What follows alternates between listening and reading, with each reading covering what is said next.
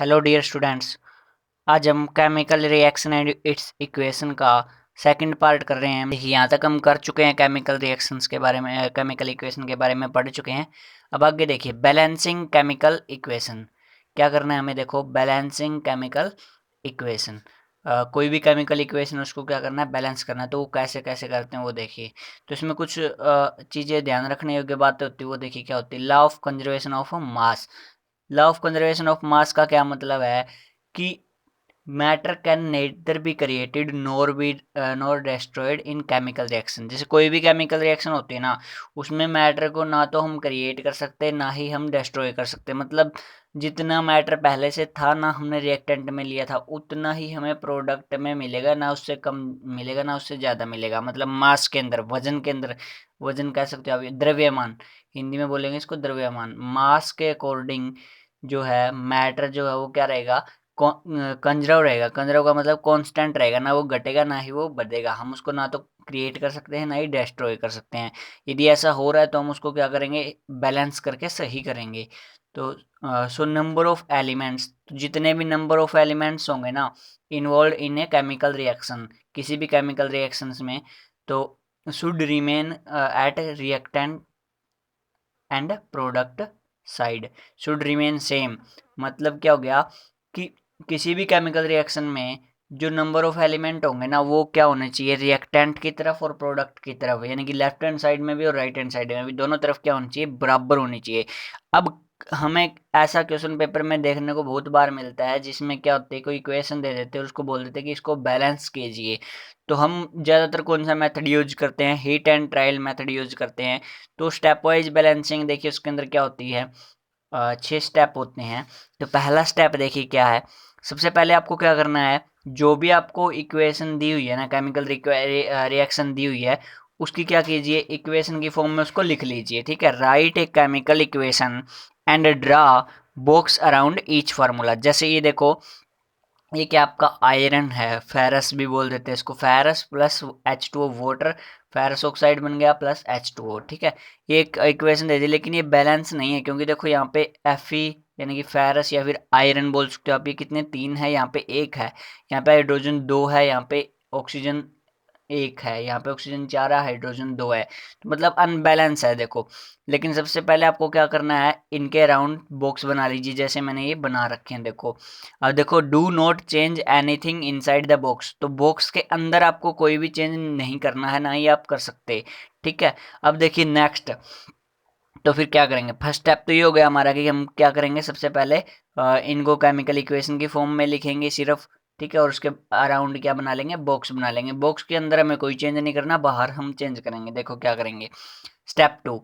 Step to में हमें क्या करना है कि count the number of atom of each element on both side of chemical equation. देखो ये मैंने बिल्कुल डिटेल में करके दिखा रखा, आपको ऐसे आपको करने की ज़रूरत नहीं है।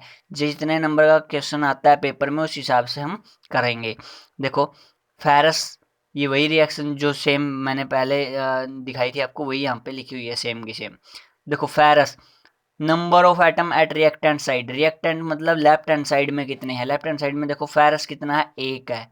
ठीक है, और राइट हैंड साइड यानी कि प्रोडक्ट साइड में कितने हैं, देखो एफ 3 है। देखो हाइड्रोजन रिएक्टेंट साइड में 2 हैं, देखो ये रहे 2, और इधर कितने हैं, इधर भी 2 हैं।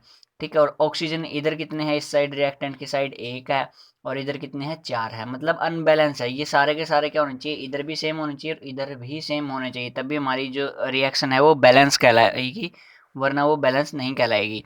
तो देखो स्टेप 3 में हम क्या करेंगे, पहले हमें ये पता चल गया। स्टेप 3 में हमें क्या करना है, अब इनका हमें ये पता चलने के बाद सबसे पहले हम ऑक्सीजन को बैलेंस करेंगे। ऑक्सीजन को बैलेंस करेंगे, देखो equalise the number of atom of element which has maximum number by putting in front of it. ठीक है, देखो मैक्सिमम नंबर किसका है, ऑक्सीजन का, कितना है, 4। तो इसके साथ इसको क्या करेंगे, बैलेंस करने की कोशिश करेंगे। इसके साथ देखो 4 इधर 1 है, तो 4 इस एक, और हमें क्या कर सकते हैं, सिर्फ और सिर्फ मल्टीप्लाई कर सकते हैं। एक की किसके साथ मल्टीप्लाई करेंगे, 4 के बराबर हो जाए, तो आपको वही 4 के साथ। तो देखो इस साइड यहाँ पे रिएक्टेंट की तरफ 1 ही ऑक्सीजन था, इस साइड 4 थे, तो इसीलिए हमने क्या कर दिया, इस साइड यहाँ पे 4 से मल्टीप्लाई कर दिया इसको बस, और इसमें कुछ अभी तक यहाँ पे और कोई चेंज नहीं किया, सिर्फ और सिर्फ 4 से मल्टीप्लाई कर दिया। लेकिन जैसे ही अब हमने 4 से मल्टीप्लाई किया तो अब आप देखोगे 4 दूनी कितना हो गया, ये इन दोनों की मल्टीप्लाई करके काउंट करते हैं, 4 दूनी 8, ठीक है, यहाँ पे 8 हो गए क्या, hydrogen.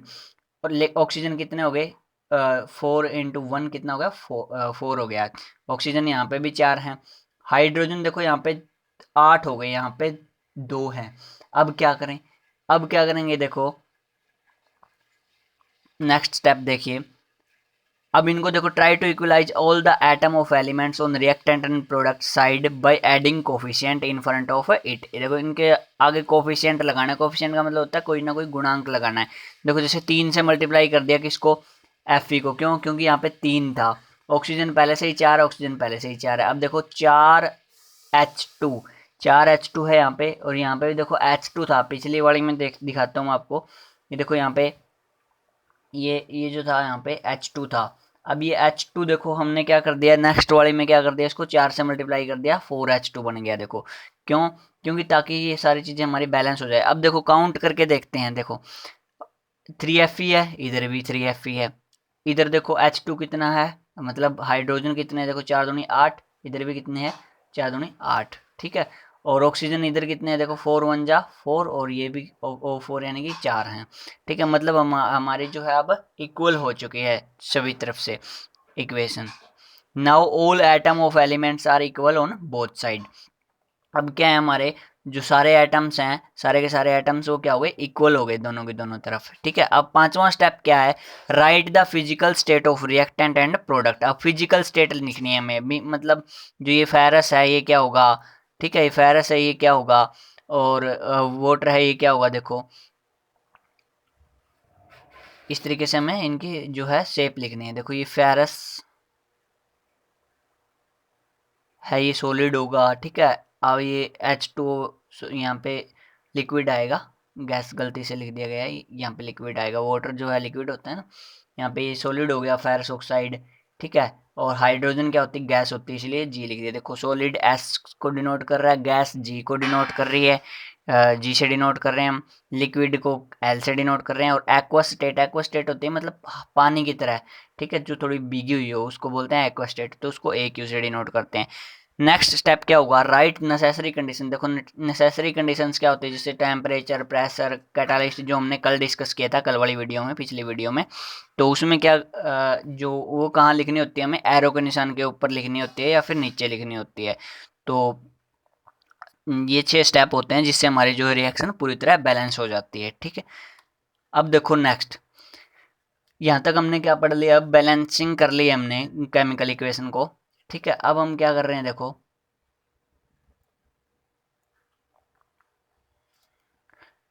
Type of chemical reaction पढ़ रहे हैं। टाइप ऑफ केमिकल रिएक्शन में क्या करेंगे, देखो type of chemical reaction, combination reaction, सबसे पहले रिएक्शन क्या होती है, 6-7 तरीके की रिएक्शंस होती हैं, ठीक है। तो कॉम्बिनेशन रिएक्शन सबसे पहले, कॉम्बिनेशन जैसे ही नाम से ही पता चल रहा है, ठीक है, कि कॉम्बिनेशन रिएक्शन क्या होती है। कॉम्बिनेशन का मतलब हो गया कि जुड़ना, कंबाइन, कंबाइन वर्ड से निकला है, मतलब होता है जुड़ना, मतलब द रिएक्शन इन विच 2 और more reactant combine to form a single product. मतलब या तो 2 या फिर 2 से ज़्यादा रिएक्टेंट जुड़ेंगे और एक ही प्रोडक्ट बनाएंगे, उसको क्या बोलेंगे भी, 2 चीज़ें कंबाइन होके एक चीज़ बन गई, तो उसको क्या बोलेंगे हम, कॉम्बिनेशन रिएक्शन।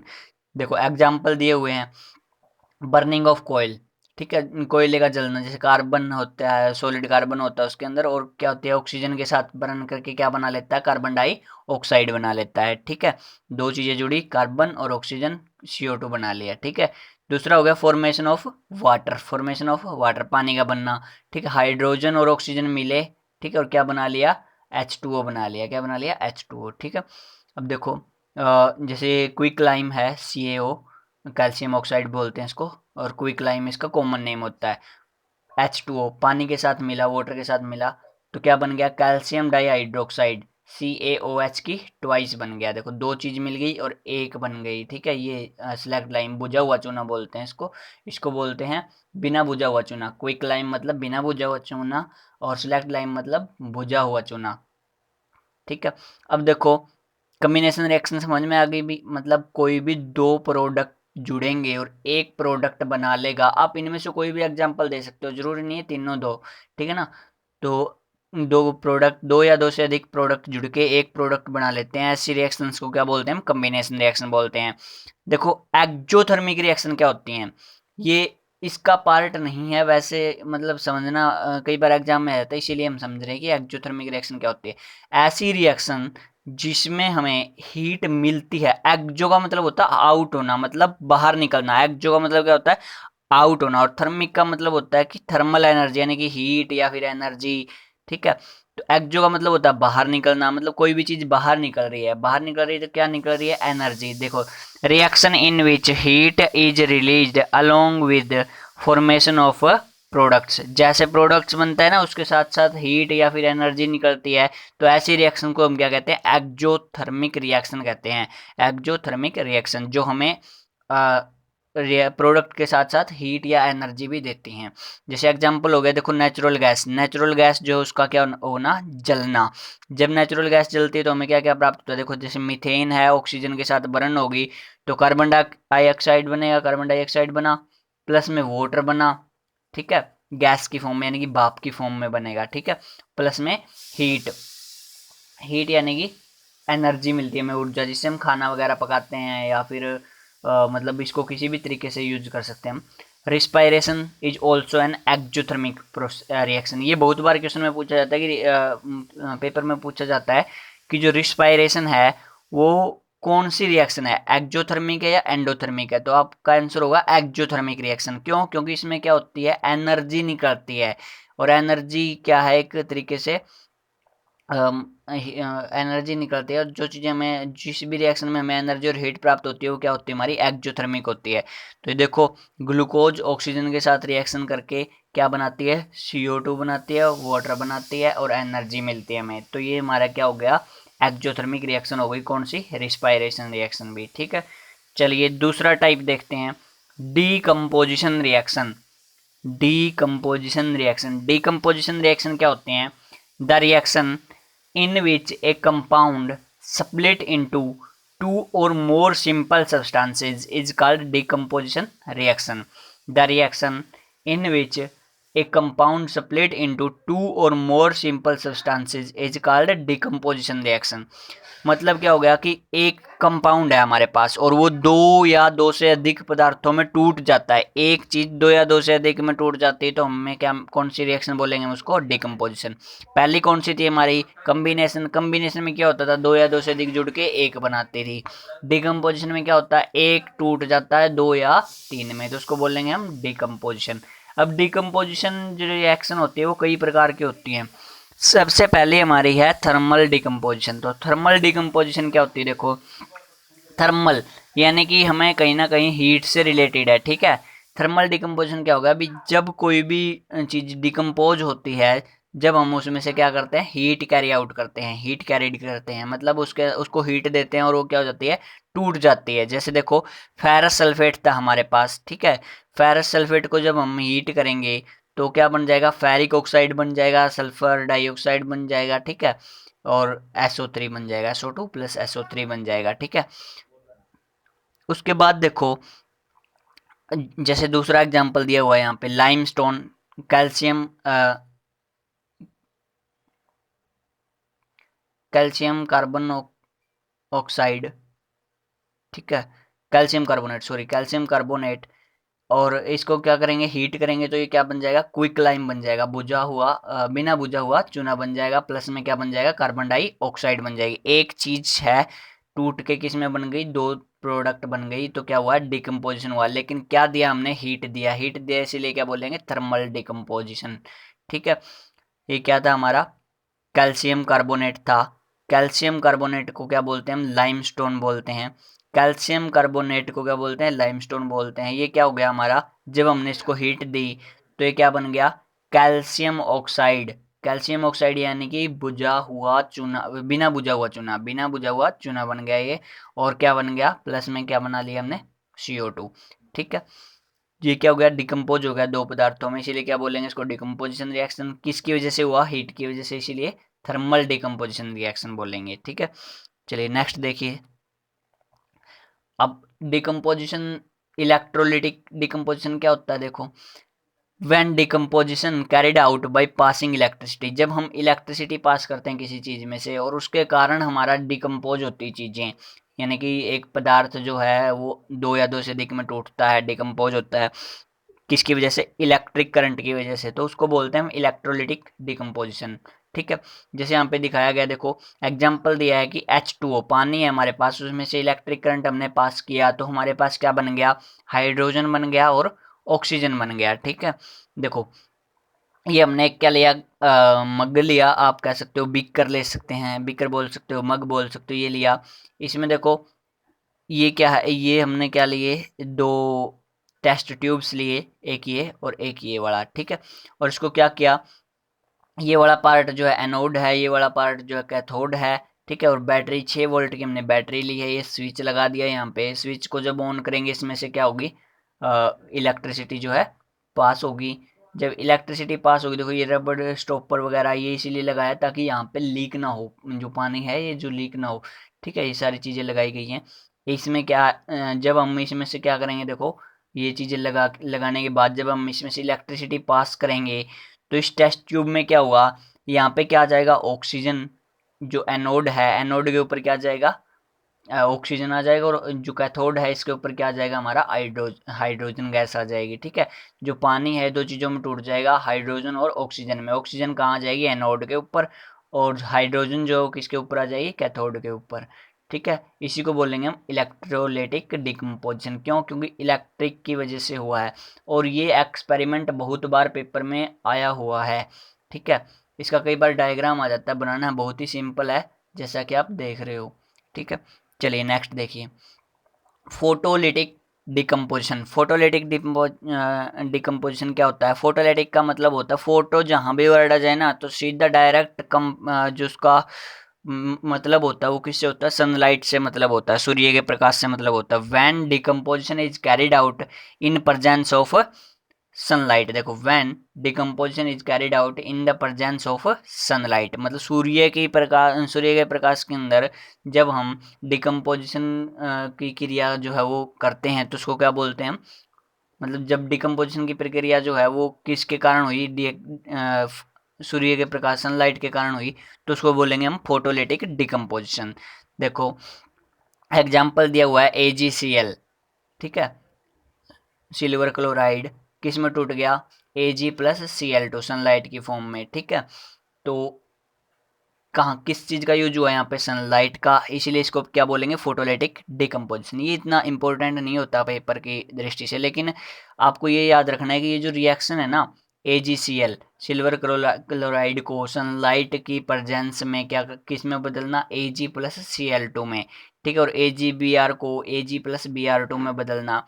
ये जो रिएक्शंस है ना ये कहाँ यूज होती हैं, फोटोग्राफी में यूज होती हैं, ब्लैक एंड वाइट फोटोग्राफी के अंदर। अब नहीं होती, पहले यूज होती थी, तो ये चीज़ आपको ध्यान में रखनी है, ये पेपर में पूछा गया है। ठीक है, नेक्स्ट देखिए एंडोथर्मिक रिएक्शन। एंडोथर्मिक रिएक्शन क्या होती है, देखो जैसे हमने एक्जोथर्मिक पढ़ा था, एक्जोथर्मिक का मतलब होता है कि बाहर निकलना, एक्जोथर्मिक का मतलब होता है बाहर निकलना, एंडोथर्मिक का मतलब होता है, एंडोथर्मिक का मतलब होता है हमारा अंदर जाना, मतलब बाहर वहाँ पे क्या निकल रहा था, हीट, हीट निकल रही थी, जब हम कोई रिएक्शन हो रही थी तो हीट बाहर निकल रही थी। लेकिन एंडोथर्मिक रिएक्शन वो होती है जिसके लिए हमें हीट देनी पड़ती है, जिसके लिए हमें हीट देनी पड़ती है। The reaction in which require energy in the form of heat, light और इलेक्ट्रिसिटी। देखो जिसको एनर्जी की जरूरत होती है, अब एनर्जी के कई फॉर्म है, हीट जैसे लाइट हो गया और इलेक्ट्रिसिटी। जब जैसे यहाँ पे सनलाइट दी गई है, ये भी तो एक क्या है, हमारी एनर्जी की फॉर्म है, एनर्जी की फॉर्म, जो एनर्जी की जरूरत होती है जिन रिएक्शंस में, जिन रिएक्शन को करने के लिए एनर्जी की जरूरत होती है वो सारी क्या कहलाती हैं, एंडोथर्मिक रिएक्शन कहलाती है। देखो जैसे ये रिएक्टेंट था, इसको तोड़ा हमने सनलाइट की प्रेजेंस में, तो ये क्या हो गया, हमारा प्रोडक्ट में बदल गया। और इस तरीके की रिएक्शंस जिसके अंदर हमें एनर्जी की ज़रूरत होती है, एनर्जी देनी पड़ती है जिनको करने के लिए, उनको क्या बोलते हैं, एंडोथर्मिक। ठीक है, एंडोथर्मिक। एक्सोथर्मिक किसे बोलते हैं, जो हमें हीट देती हैं, लेकिन जिन्हें हमें हीट देनी पड़ती है वो क्या होती है हमारी एंडोथर्मिक। जैसे यहाँ पे हमने सनलाइट दिया तभी ये रिएक्शन कैरिड आउट होगी, वरना नहीं होगी। इसलिए ये रिएक्शन जो है हमारी कौन सी है, एंडोथर्मिक है। जैसे हमने वाटर पिछले वाली स्लाइड में ये जो किया, ये भी हमारी कौन सी रिएक्शन है, ये भी हमारी एंडोथर्मिक रिएक्शन है, क्योंकि इसमें भी हमने क्या किया, इलेक्ट्रिक करंट दिया है, एनर्जी दी है करंट की, इलेक्ट्रिसिटी के रूप में। ठीक है, अब डिस्प्लेसमेंट रिएक्शन ये हम नेक्स्ट वीडियो में करते हैं।